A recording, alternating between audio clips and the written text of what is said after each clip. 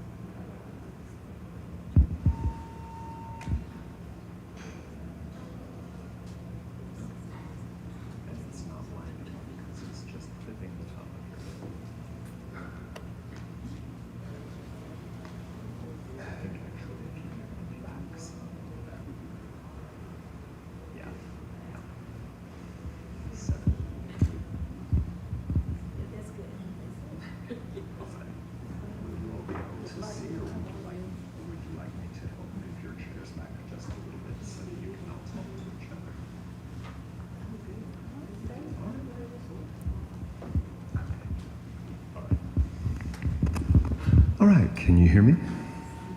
Thank you so much for being here.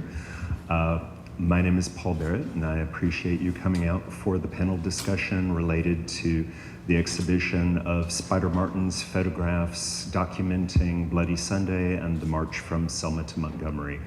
I'm very pleased that we are joined today by Stacy Morgan, a professor from the University of Alabama, Joyce O'Neill, who was a resident of Selma during the marches and who has been a lifelong civil rights activist, and Diane Harris, who also was present in Selma for those powerful historic events, and grateful that we have the opportunity to listen to them talk about their own personal stories and relate them to the exhibition that I hope that if you have not had the chance to enjoy, that you will check out at the end of the panel. So thank you so much to the Central Birmingham Public Library for hosting the exhibition and for making this event possible. Thanks to Alabama Humanities Alliance for sponsoring the grant that allowed us to bring all of these folks here. Thanks to Arts Revive for lending the exhibition, and thanks again to all of you for being here. So because we're not here to listen to me talk, I'm going to hand it off to our panel. Okay, so my role here today was just to provide some historical and cultural context, specifically for the role of photography in this Selma to Montgomery campaign in connection with the exhibit over here.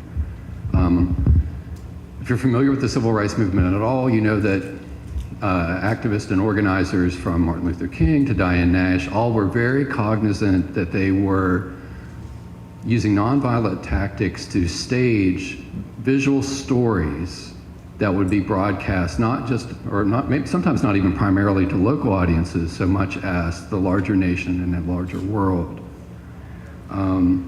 And so it's suggested by this photograph of Hosea Williams and John Lewis speaking with reporters in Selma, right? They're very cognizant of putting on view in stark visual terms the bravery of demonstrators and the ugly brutality of white supremacy, right? This at a time when, we keep in mind, most Americans still consume their news through evening television news coverage and newspapers, right? So the footage and still photographs mattered a lot.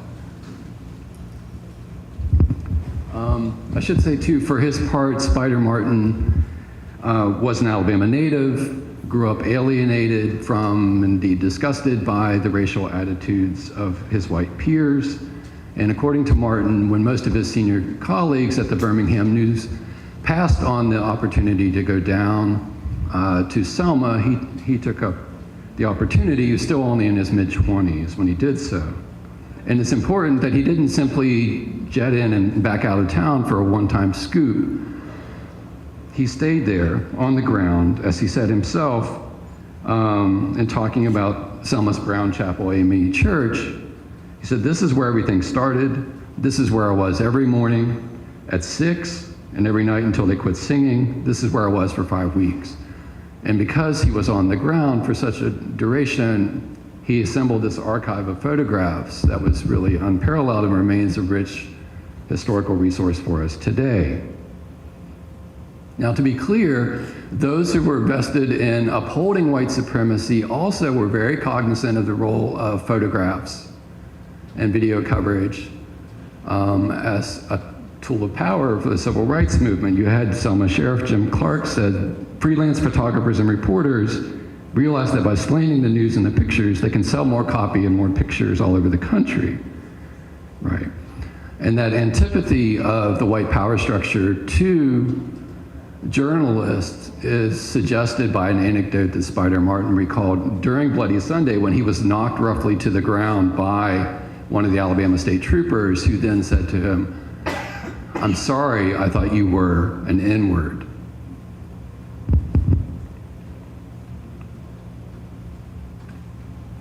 Paul, could you advance that for me? I'm not getting this to work.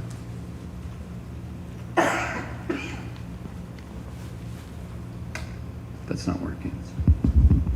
Okay. It's worth bearing in mind that African American campaigns for full citizenship rights, obviously, they don't originate with Martin Luther King or the 1960s. They go back to legal challenges like Plessy versus Ferguson in the 1890s, the work against anti-lynching by Ida B. Wells, the Double V campaign of World War II. More specifically, the demand for rights as citizens and consumers. You know, go back to the 1930s and 40s where folks organized "Don't Buy Where You Cannot Work" campaigns, using their economic clout to put pressure on businesses.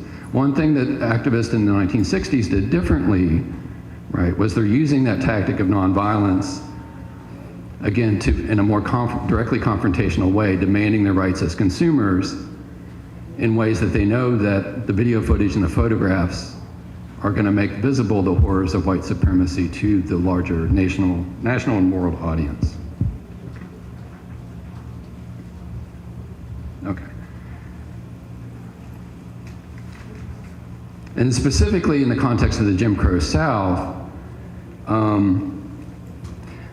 one of the earliest concerted efforts to try to organize for a more just society came out of the unions of sharecroppers and tenant farmers in the 1930s in places like Alabama and here Arkansas. And like the later civil rights movement in the 60s, it's made up of men and women as active participants, black and white, but numerically dominated by African Americans. Of necessity, though, in this earlier time period, it was an almost entirely underground movement. Belonging to the union could result in immediate eviction from one's home, imprisonment, or worse, violence. As a case in point, right, this is 23 families who were evicted from their homes for joining a sharecroppers union back in the 30s. So that in that context of the 30s, where there's not a role of the news media covering this, too, right? There's also, it's not tied to the church in this earlier period, right? It doesn't meet with nearly as much success. So that march that I had in the previous slide was an extremely rare event. And so one of the reasons I dwell on that history is to suggest that when we get to the 1960s, one of the crucial things that civil rights movement activists accomplished was to make marches, group assembly, a reality that ultimately couldn't be opposed, at least in the wake after Bloody Sunday going forward, right? They made marches and public assembly too sizable, too ubiquitous to be put down and to be stopped in the same way. And again, we'll hear more about the role of the church in that too, but the news media plays a crucial role. Okay. So here I'm going back to the 30s one more time, just to suggest to us that photographers, right, Jim Clark's not wrong when he said that news media could slant the story. Photographers like Spider Martin clearly, unambiguously did ally themselves with the work of civil rights activists. They do that in part by the composition of their photographs, right? So here you have a photo from the 1930s. Ben Shahn took a photograph of a deputy sheriff in Morgantown, West Virginia. The context there is a labor strike.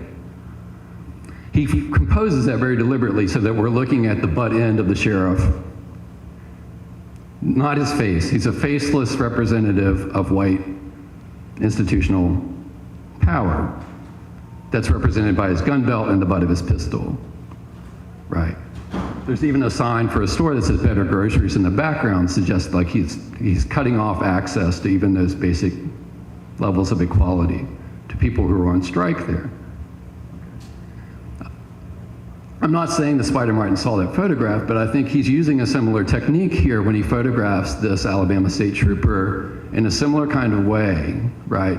That makes him this kind of faceless representative of state power through the police, right? Focusing on the baton and the gun belt, and then a whole array, a whole phalanx of state troopers assembled there, ready on Bloody Sunday.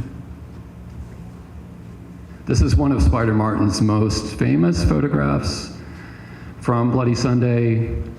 And again, he's telling a very clear-cut story. It almost looks, I mean, it's not, but it almost looks like a theatrical choreography. You've got the two sides pitted against one another. Interestingly, one of the ways that Spider Martin said he became so adept at photographing large groups of people in motion was shooting photos for high school football games earlier in his career. And in a similar kind of way, you've got these two oppositional sides, but it's not like a gladiatorial combat situation, right? It's going to be an unambiguous, one-sided assault by this forces of the state, the police wearing the uniforms, carrying the batons and tear gas and helmets and face masks, right? On the nobility of the activist, right? All smartly dressed in civilian clothes. And of course, famously, right, the police, as Paul was mentioning earlier, they said you have 2 minutes to disassemble, but before that even happened, they broke ranks and just savagely assaulted the demonstrators. Most famously, John Lewis, right, is a leader and someone who later became a congressman, hospitalized, concussed, skull fracture. And next slide. And another photograph in this vein, where Spider Martin captures the assault on Amelia Boynton, who'd been a member of the Dallas County Voters League, was beaten unconscious by a police baton. He captures in one shot the menacingly standing over her prone body. And then in another photograph, two fellow marchers helping to lift her to get her off the street, right? So, it's really, the importance of these photographs is telling the story in clear, unambiguous terms that would make the story of Selma visible to the larger nation. And again, this photo is also circulated internationally to papers in Europe and beyond, okay? And crucially, this march and this campaign meets with more success than those of the unions back in the 30s. They eventually able to lobby for the federal government to bring in the National Guard to complete the march on the third attempt to Montgomery, which is culminated by Martin Luther King giving a famous how long, not long speech on the steps of the Capitol, right? So clearly it's going to leave a lot of work left to do for fuller equality, but this was a monumental victory for the right to vote. Not coincidentally, the Voting Rights Act is passed in immediate aftermath of this march. And also, again, for the right to peaceable assembly, group assembly, which was not something that black citizens could at all take for granted before this point. Okay. So I think I should wrap up here because you really want to hear more from Joyce and Diane. Okay, so I'll pass it to Joyce. Thank you, Stacy. Hello to everyone. Again, I'm Joyce O'Neill, and I'm a foot soldier of the 1965 voting rights movement in Selma, Alabama. What led to my becoming a foot soldier was that my mother was an 8th grade social studies teacher in the public school system in Selma, and she could not vote. She had a bachelor's degree and some worked towards the master's, but just because of the color of her skin, she could not register and she could not vote. Students in Selma, primarily at R.B. Hudson High School, were going to school during that time and leaving school in order to go down to one of the churches, First Baptist, where the Student Nonviolent Coordinating Committee was headquartered, and Brown Chapel African Methodist Episcopal Church, where the Southern Christian Leadership Congress was headquartered. Students would leave and go down to wherever the marches were leaving from that day. My sister and I initially were not leaving school because my mother said, as a teacher, she had been instructed to try to keep students in school, and she did not want her daughters to walk out of school. But one morning she said to us as we were getting prepared to go to school, she said, "Don't go to school, just go on down to the church and participate.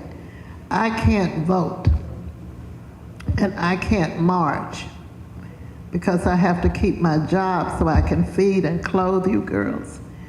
So go on down and participate." And I always say when I'm giving tours, I ask people if they know what the term jumping up and down happy means. My sister and I were jumping up and down happy that we were now able to join our schoolmates and our classmates marching for the right to vote. So we started marching. Unfortunately, I don't wear that badge having gone to jail. And I say unfortunately because at that time it was a badge of honor. my sister, who's 11 months older than I am, did go to jail. But I'm telling you this because I'm telling you some of the things that led up to Bloody Sunday. There had been a lot going on prior to Bloody Sunday, the mass meetings. And of course, Jimmy Lee Jackson, who was from Marion, had been shot in Marion, and he died in Selma. He was the first casualty of the 1965 voting rights movement. I was walking around this morning looking at the photographs. Spider Martin's daughter donated some of the photographs to Brown Chapel during the 50th anniversary celebration or reenactment of Bloody Sunday. I should say commemoration, not reenactment. So I have seen some of those photographs, but as I was walking around this morning, it brought back some memories that I would rather to have forgotten. But I have not forgotten them because they're sort of embedded in my brain, the crowds on Bloody Sunday. And let me paint a picture for you. It's March the 7th, 1965. It's the first Sunday in March. I'm at church at Brown Chapel, which is the church where I was reared, where I was baptized as an infant. It's my spiritual place still to this day, and it was my spiritual place then. I was 16 years old, and you can start counting on your fingers. Yeah, I'll soon be 75.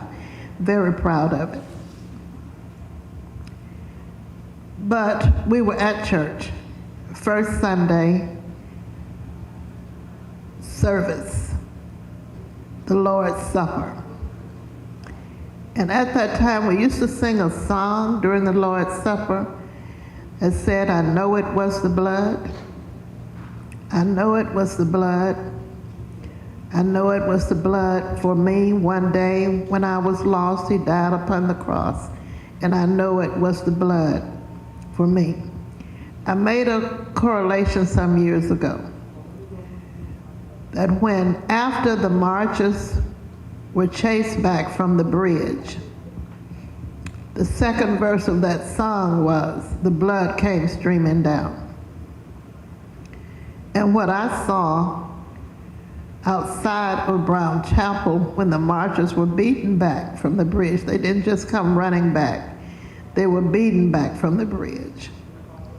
I saw the blood come streaming down. There were gashes in their head. Some were being beaten with billy clubs. When we heard the commotion, those of us who stayed behind and didn't march to the bridge, when we heard the commotion and we went outside, we actually saw the horses riding up the steps of the church, of my sacred place, the place that had nurtured me in all things spiritual. Such disrespect and such disregard for God's house. When I look at those pictures and when I look at law enforcement, if you had seen them up close and personal, the scowls on their faces, the chewing tobacco in their cheeks, their faces that you're not likely to ever forget. Bloody Sunday was just that. It was a bloody Sunday. Marchers were fleeing into the homes of those in GWC, George Washington Carver homes, surround Brown Chapel AME Church. And some of those residents were opening their doors so marchers could run inside to safety. The records at Good Samaritan Hospital, which was the hospital for African Americans, as the term was used in 1965, the hospital for Negroes. was Good Samaritan Hospital. Their records show 57 people were admitted to the hospital on Bloody Sunday. Among them was John Lewis. Excuse me. He had to be forced to go to the hospital. He had come back to the church. But some people were able to get in the church to safety. There were students, I remember, in the street in front of Brown Chapel trying to get out of their clothing because the clothing was so full of tear gas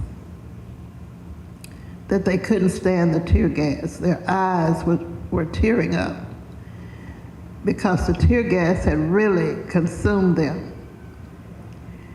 And those of us who went to help those who were in the street trying to strip got almost as much tear gas as those who had been on the bridge or near the bridge, because everybody did not get to the bridge before the front line was being beaten.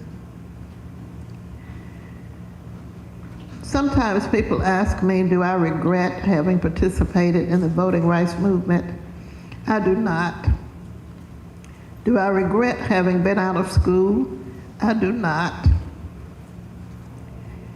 The only thing I regret today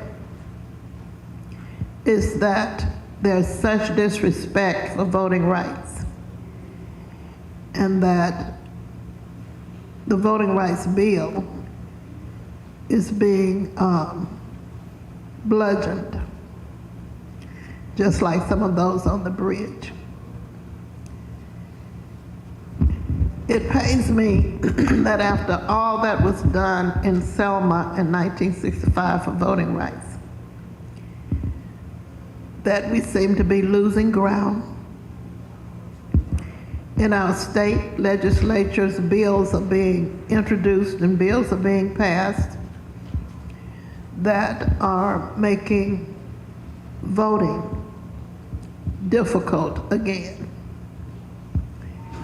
If a bill passed in the Alabama legislature that says people from outside cannot help a person with an absentee ballot, that diminishes the voting rights of that person. We have so many elderly people who need assistance, and it doesn't matter who helps them as long as they're doing it according to the law. In 1965, Stacy alluded to an economic withdrawal, and I think you said 37? 30s and 40s.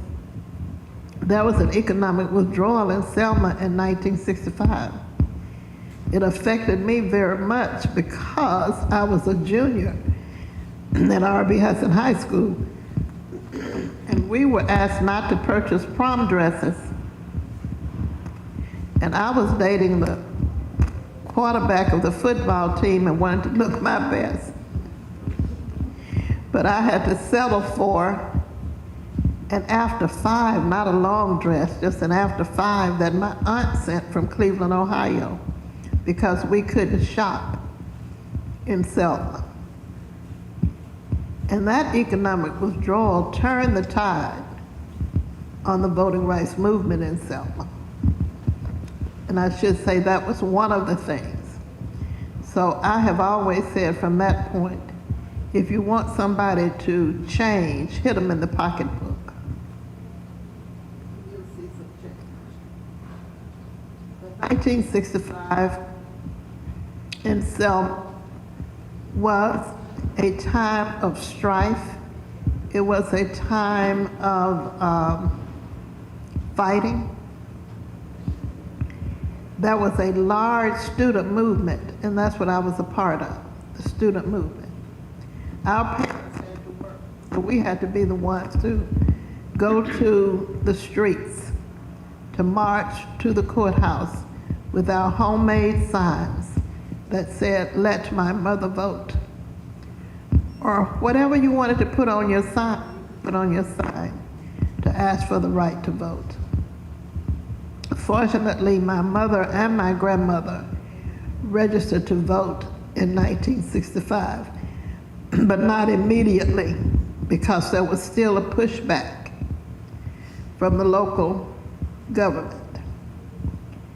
The federal government had to send in registrars, but then eventually the locals were convinced that it was their job to register all.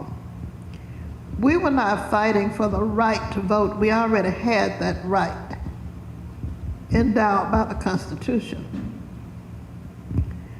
But we were marching for the enforcement of the law that was already on the books in 1965. I'll tell you quickly and then I'll pass it on to Diane. My mother was an 8th grade social studies teacher. I've mentioned that. She could not vote. Her first attempt to register to vote, you know, that was a literacy test and that was a poll tax. The question she was given at her first attempt was to recite the preamble to the Constitution, which she did. She required her students, because she was an 8th grade social studies teacher, she required her students to learn the preamble to the Constitution, much to the chagrin of my sister and me. And I vowed at that time that I would never let her teach me because I didn't want to learn the preamble to the Constitution. But she recited it and her application was stamped denied.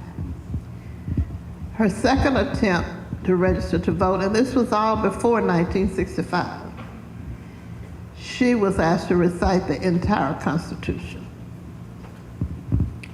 So of course you know what happened to that application.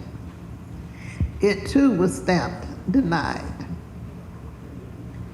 But she did register to vote.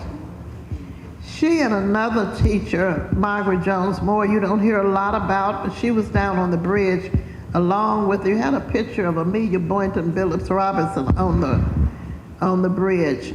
Margaret Jones Moore was down on the bridge as well, but she didn't get the recognition that Mrs. Boynton received. But Mrs. Moore and my mother were called into the principal's office and accused of encouraging students to leave school. They were breadwinners in their families, so they denied it. But they went back to their classrooms and continued to encourage students to leave school to march. I had a young man say to me about, well, wasn't so young then. It was about 8 years ago. I attended a funeral in Selma, one of the local funeral homes.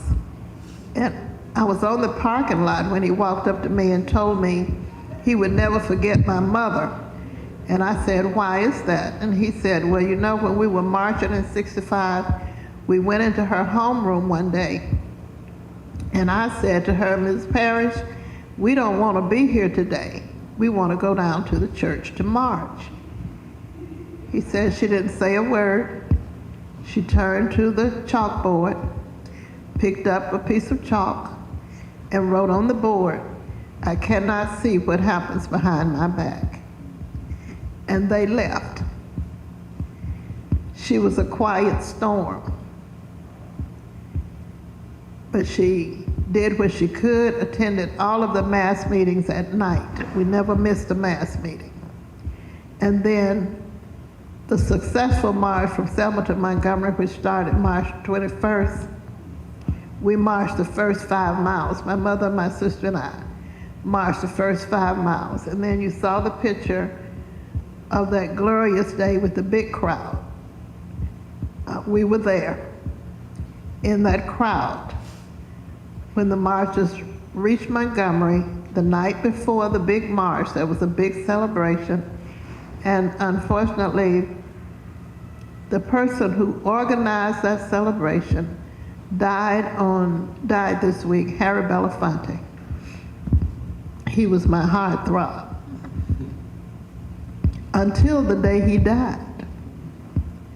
but he had been around Selma, and he was helping with the march, with the movement, and then he organized that big celebration where a lot of stars came to Selma, including the Cartwright boys, or any of you who watch Westerns. I'm a big-time Western person myself. If I wasn't here, I would be probably in my recliner watching Westerns right now, because it's Saturday and they play all day long. But they came, Peter, Paul, and Mary, Harry Belafonte, Sidney Poitier, who was my other heartthrob, Tony Curtis, Sammy Davis Jr., and the list goes on. But with all of this gray hair in my head, I can't call all of the names now. But we did go to the celebration, returned to Selma that night, went back early the next morning, and joined the marchers from St. Jude in Montgomery to the state capitol, where along the way, there were those who were taunting us. They were on the side of the road. They were on the tops of cars and in the beds of trucks, screaming and yelling obscenities as we marched to the state capitol, where Dr. King made that famous speech. And Stacy said it, "How long? Not long." Good afternoon. I'm Diane Harris. I'm also a 1965 foot soldier. I participated in the student movement, and that was primarily because my mother was not able to register to vote. But many of the students in Selma at our Selma public school system, as well as the Dallas County school system, had already begun marching. But I did not attend the public school system. I attended a school called Alabama Lutheran Academy and College. None of our students at Alabama Lutheran had begun marching. But one day, a local student from the high school came over and invited us to participate. We did something very unusual. We left school. We did a walkout without our instructor's permission. Mind you, many of my instructors were our Lutheran pastors as well. We didn't want to leave that way, but we wanted to be a part of the movement just like other students. I can never forget that the student asked us, that led us to, he said, "I'd like for you all to come. I'd like for you to join the movement, and we're going to go down to Brown Chapel EME Church and join the other students." Well, we did leave, and just as we were leaving campus, our vice president, who was also a pastor, and I remember his words very vividly, I quote, he stated, "If you all don't come back here right now, every one of you gonna flunk." Hearing those words were very scary, but we knew that was our opportunity to go on if we wanted to participate. So we did. Then the student asked us, "How many of you know a freedom song?" I says, "No, we don't know any freedom songs." One of the students, and our school was not basically, it was not primarily for Lutheran students, it was for anyone in the city that wanted to attend the school. So this young lady who was of the Baptist denomination, she said, "I know a freedom," she said, "I know a song, Kumbaya." He said, "Yeah, that's a great song, but it's so spiritual. How many of you know a freedom song?" He asked us that about 3 times. Finally, I said, "Look, we don't know any freedom songs. All of our songs that we as Lutherans sing are German tunes. We don't speak German, but all of our songs are German. You're gonna have to teach us one." And I'll never forget, the very first freedom song that I learned, and I hold dear to my heart today, is "Ain't Gonna Let Nobody Turn Me Around." I'll say we went on to the church, and we were received very warmly. All of the marches were very well organized. Even the student movement, we had a president, vice president, secretary, all of the officers. We were greeted by our student president with a warm round of applause, and he asked all the students that were in the church to stand and give those little students from Alabama Lutheran a round of applause because they were so glad to see us join. Well, we heard speakers from SCLC and SNCC the rest of the day. Then it was time to go home. You never heard me say I had a chance to call my mother. My mother was the breadwinner of our family. She worked at the local cigar factory. She made cigars. But on the way home, my brother says, my 13-year-old brother, and I was 15 at the time, he says, "What are you gonna tell Mama? This was your idea." Well, when I got home, I simply said, "Mom, we've been watching our black and white television and listening to reading the Selma Times Journal, and you are not a registered voter. We did this because of you." And of course, I'm sure you realize I was spared the punishment that I thought I was going to receive. Then I'll fast forward by saying we went on, and we had no homework that night because we had left school. So I told my brother, "I'm going to ask Mom, can we go back to the church again?" But I'll say, she did finally say we could. We ended up staying out of school for 1 week. But we had school, but it was a different type of school. I called it the Freedom School. We learned safety rules. The first thing you were taught that if you could not be nonviolent, please do not participate, because you would be defying everything that Dr. King stood for. So we learned safety rules, how to protect yourself and all those type things. We went back to school the next week, and yes, we did receive a lot of verbal reprimand, but we could handle that. We continued to march, but it was after school. I'll say I participated in a total of 4 marches. The first march was on Bloody Sunday. My mother always attended the mass meetings with us at night for fear of her job. So she said if she saw some of her co-workers on the job, at the church, they couldn't rat on each other because they all were there. So she felt comfortable being there at night. But on Bloody Sunday, I asked, could we go, my brother and I go down to the church, and she said, yes, but promise me you will not march. No, ma'am, we won't march. We promise, Mama, we won't march.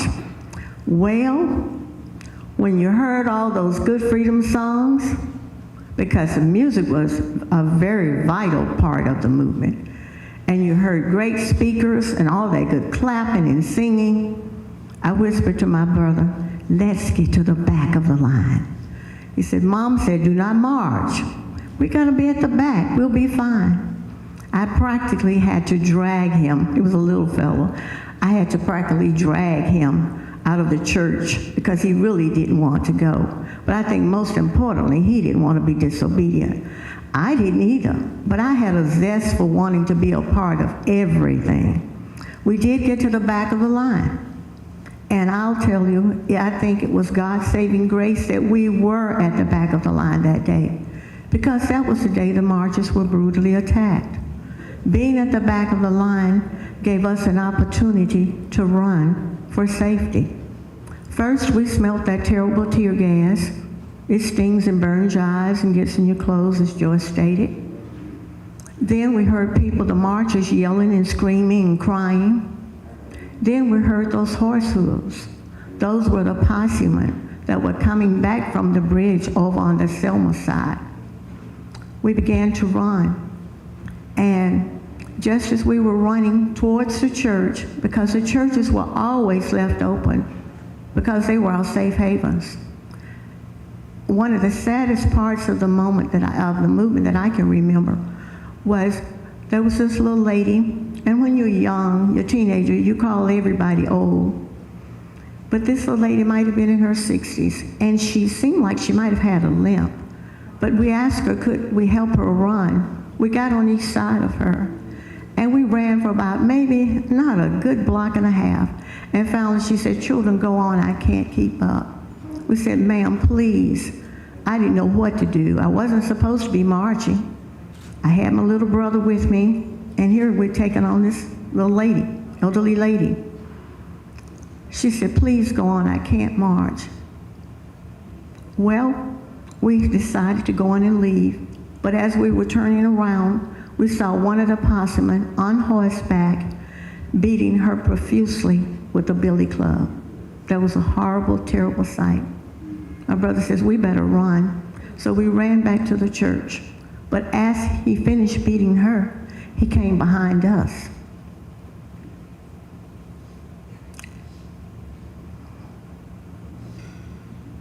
He chased us to the church. We barely got up the steps of the church.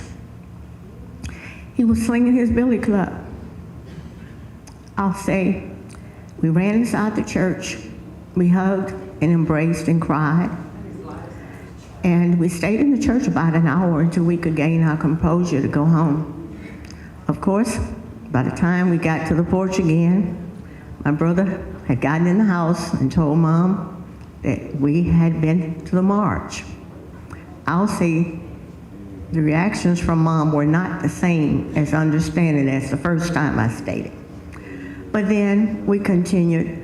My next march was after school again, and this time we were on our way to, we always marched to the Dallas County Courthouse. But when we got there that day, there was a fleet of yellow school buses. We said, oh, and by the way, when you were going through the safety school or freedom school, you were taught that you would never know when you were going to be arrested, what day, how long you were going to be, or where you were going to be transported. But when we got to the courthouse that day, we saw a fleet of school buses. And we said, oh, somebody's going to be arrested. Well, we were a part of those persons that were arrested. That day, some 225 students were arrested. You dare not ask where you were going to be taken. You didn't have the right to even speak. But on the way, on all those buses, possemen, at least 2, were on each side on each bus. And by the way, the possemen were deputized volunteers by our local sheriff, Jim Clark. They had absolutely no law enforcement training at all. They were strictly volunteers. And they were highly recruited if they owned horses. So that's where the horses came in. Many of them were farmers.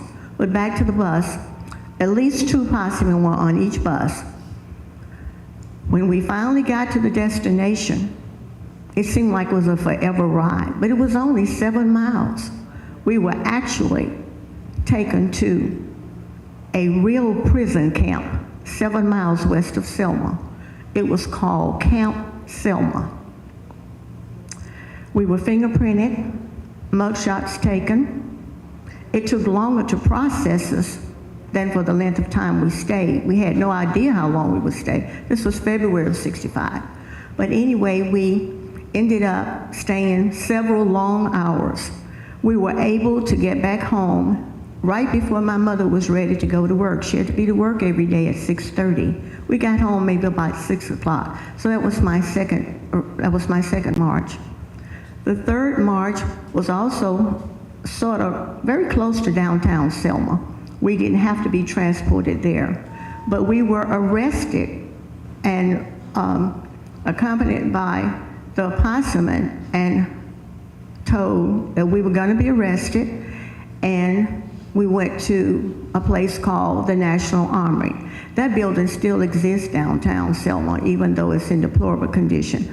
But it was a building where the National Guards did their monthly guard duty. We ended up spending the entire night there.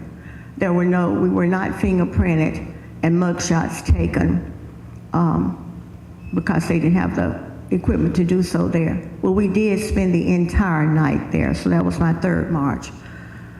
I'd have to say that my mother, like I said, participated at night, but I was so proud of her because the help that came to help us were many of our white citizens from all over the United States. They were just all white citizens. Some of them were also from international countries, but they didn't have anywhere to stay. They were told that they were called outside agitators. My mother proudly went down to the table at Brown Chapel and signed her name to accommodate. She said she would take 2 people. And she said she wrote the word Mary beside the name if they were going to be married. Because she asked her, why did she do that? She said, I want to teach your brother and you the importance of moral values. They can't be boyfriend and girlfriend, they must be married. But they stayed with us for 1 week, a white couple from New York. All they wanted was a place to take a bath and sleep. We never saw them until maybe 9:30 at night because they were marching and strategizing how to participate every day in the marches. But that was one of my proudest moments of Mom participating with us along that. My last and final march was one night at a mass meeting. We were there, my brother and I, with Mom, and we were told that buses would be provided to go to Montgomery. I leaned over and asked my mom in the church, could we go? She didn't answer me. That meant I understood why she didn't answer, because she really had to think about that seriously. We were going to be transported the day before the march to Montgomery, and that meant those buses were not coming back until the day of the major march. But when I got home, I was so persistent, I kept asking and asking, and finally she said, you all may go. She said, but I didn't answer because I was afraid of the fact that you all would be spending the night away from home. But she did finally grant us permission. She was able to come and see us off, give us our hugs and kisses, and she said, I'll be praying and promise me that the 2 of you will stay together.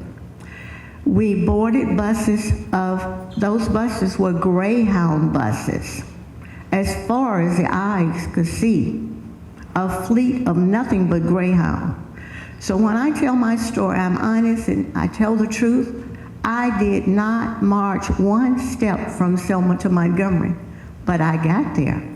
And we got there a very safe, unusual way, by way of bus. We also enjoyed that wonderful concert that Joyce explained that night was called The Night the Freedom Stars Fell on Alabama. I won't repeat that because she has vividly told you how rewarding that night was. But we were going to spend the entire night. We had our quilts prepared to stay on the campus of St. Jude. We were given brown bag lunches and told what procedures would be taken for marching for safety. We were told we would march 2 by 2. Do not look your oppressors in the face, in the eyes. You're to look directly because you would see them on both sides of you. But that was the most beautiful sight, going to Montgomery, marching from St. Jude to the Capitol. And we heard that beautiful speech as well, Dr. King's How Long, Not Long speech. And some of those words said, they said we wouldn't get here. We'd only get here over their dead bodies. But we are here, and we're here to tell the world, ain't gonna let nobody turn me around. We came back home the next day, but as the story was told, our parents were not allowed to become registered voters immediately. It was the fall, more like October. I've been told it was October. But then we knew that even President Johnson had passed the Voting Rights Act. Our parents had to wait all those months. And the county seat of Selma is called Dallas. We were told that the people at the Dallas County Courthouse had to knock the kinks out. So, well, what were those kinks? Were they that horrendous literary test they had to take that consisted of 68 questions? The jelly bean quiz, the jelly bean jar, the soap bubbles, all those things were used to deter our parents from becoming registered voters. But as soon as my mother was able to become a registered voter in October, she rushed to the Dallas County Courthouse after work and became a voter, a registered voter. All she had to do was sign her name, give her address, and state a telephone number. We didn't even own a telephone at that time, but we were allowed to use our neighbors' telephone numbers for emergency situations. So that's my story as to my participation. I'm proud to say I do wear the badge of honor of being a 1965 jailbird, but thankfully with no record.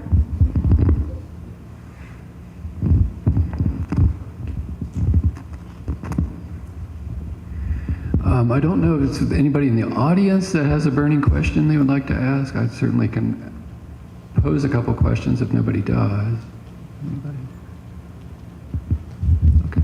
I'm wondering if either of you could speak a little bit, you know, because there comes this moment, the march is finished, the news media all goes away. Could you tell us a little bit more about your recollections of what changed and also what didn't change? I know you've spoken eloquently about how many months it took to actually get that voter registration, but anything else that comes to mind? Eventually, African Americans were able to register to vote just like everybody else, and Diane had said how her mother registered to vote by just signing her name, and I think all African Americans in Dallas County eventually just had to go down to the courthouse and sign their names. The schools eventually integrated, but that wasn't immediate either, because we're talking about 1965, and the schools in Selma and Dallas County did not integrate until 71. So that was 6 years later. The atmosphere was a little different, except that I think there was still a little tension in the air because of integration and because African Americans were able to vote in Dallas County. There was still tension between the races at first, because we have to realize and be honest, there was an adjustment on both sides. Whites were not ready for integration, did not want integration, because we were still in the Deep South. We were in the Jim Crow South. And that's what I grew, excuse me, that's what I grew up under, the Jim Crow laws. And it was difficult for things to really change immediately. But after a while, the schools did integrate, but we know what happened after integration too. There was white flight after the schools integrated.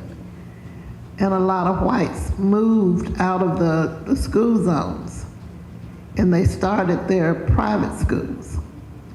And those schools were started primarily to avoid integration. We don't like to speak that, but they were. They were formed to avoid integration. And one of them in Selma just started getting black students about 2 years ago. And we're in 2000s, we're in 2023.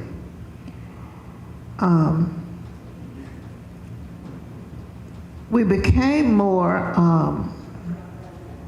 integrated in some of the restaurants. There was one in Selma, 1995, called Thirsty Boy. And it no longer exists. As a matter of fact, an African-American female bought that building, and she now has a coffee shop there. But she maintained the back window where African-Americans used to have to go to get a hamburger. Needless to say, I never had a hamburger from the Thirsty Boy, because my mother did. Before you would go to the back of anything to get a hamburger, I would make them at home. And I bet you hers were better than those at the Thirsty Boy. I'm sure they were. But things like that, we could go in the restaurants. But one thing that happened to Selma in the 70s, the mid-70s, I think it was like 77, and Diane can correct me if she remembers, Craig Air Force Base left Selma. and it was an economic force for Selma and Dallas County. So when Craig Air Force Base left, we started seeing a decline in the economy of Selma. Not only did Craig Air Force Base leave, but before Craig Air Force Base left, everybody that came to help Selma in '65 left, and they didn't leave any money, they didn't leave any resources, they didn't leave any know-how. The only thing they left was a struggling Selma. And although we continue to struggle, and especially after the January 12th tornado, I choose to believe, because I love Selma, so is my hometown, that she's going to rise like the phoenix. We just can't put a date on it, but she will rise, and she will become the queen city that she has always been known as. You sure?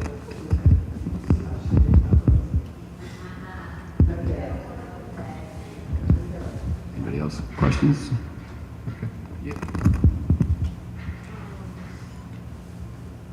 What's going on with the renovation of the church, that, since you're still a member of, because, I know that church has been, the Brown Chapel has been in, renovations for some time.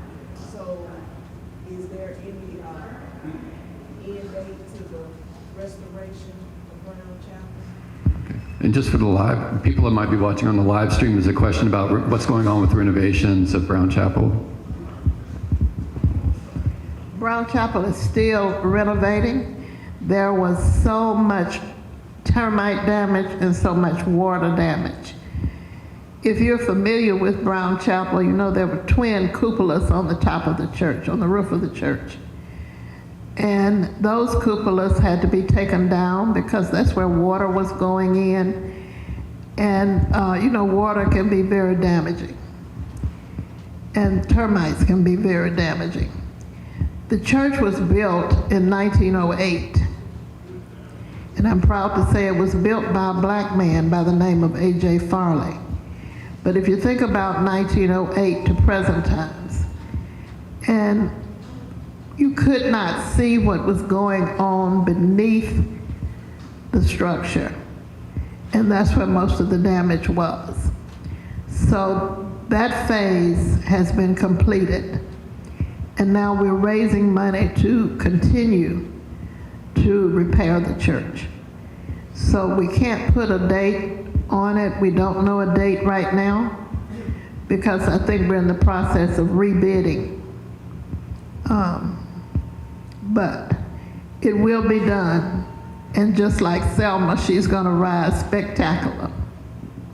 She's already a beautiful church. I don't know if you've ever been inside, but for when it was built and by whom it was built, people right out of slavery. Because Brown Chapel was actually started in 1867. And then the present structure was built in 1908. So the church has a very long history. And since I'm talking about the church, it was only fitting that Brown Chapel serve as a focal point for the voting rights movement, because African Methodism was born out of the need for social justice. It was not initially a religious movement. It was a movement for social justice because African Americans were relegated to the balconies of the white churches. And African Methodism was the first black denomination formed in these United States, formed by black people, for black people. Although we accept everybody and always did. But the renovations will continue until the church reaches the goal of restoring it. That's what it is, a restoration project. Sorry, I can't give you a date, but we're still working.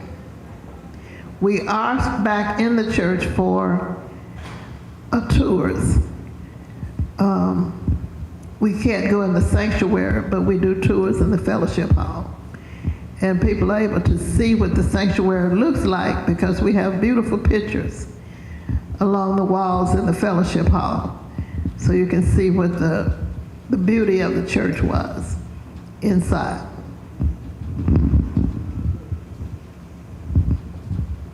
Is anybody else that would like to ask a question? Okay. Anything else either of you would like to address? Yeah.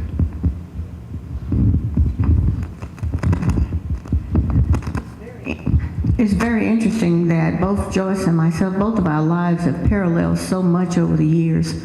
We've been friends since we were toddlers. But at any rate, we now are tour guides for the city of Selma. We do tours every week, several times a week in Selma. So it's interesting. It's very rewarding to be able to share and tell our stories. And people say they really enjoy coming to Selma to hear tours that are conducted by foot soldiers. What better person, they say, than someone that has a personal experience to give a tour. So we enjoy doing our tours. And I only do tours for Brown Chapel. I am the tour guide and historian for Brown Chapel. And I enjoy doing them too. But I don't know how much longer. Gray hair and aching knees.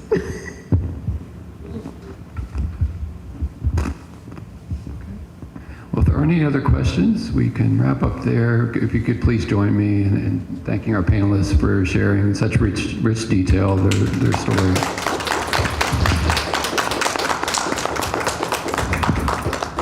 And thank you for coming today. And I know if you do have a question you'd like to ask, I'm sure you can come up and approach them afterwards. All right, so thanks again.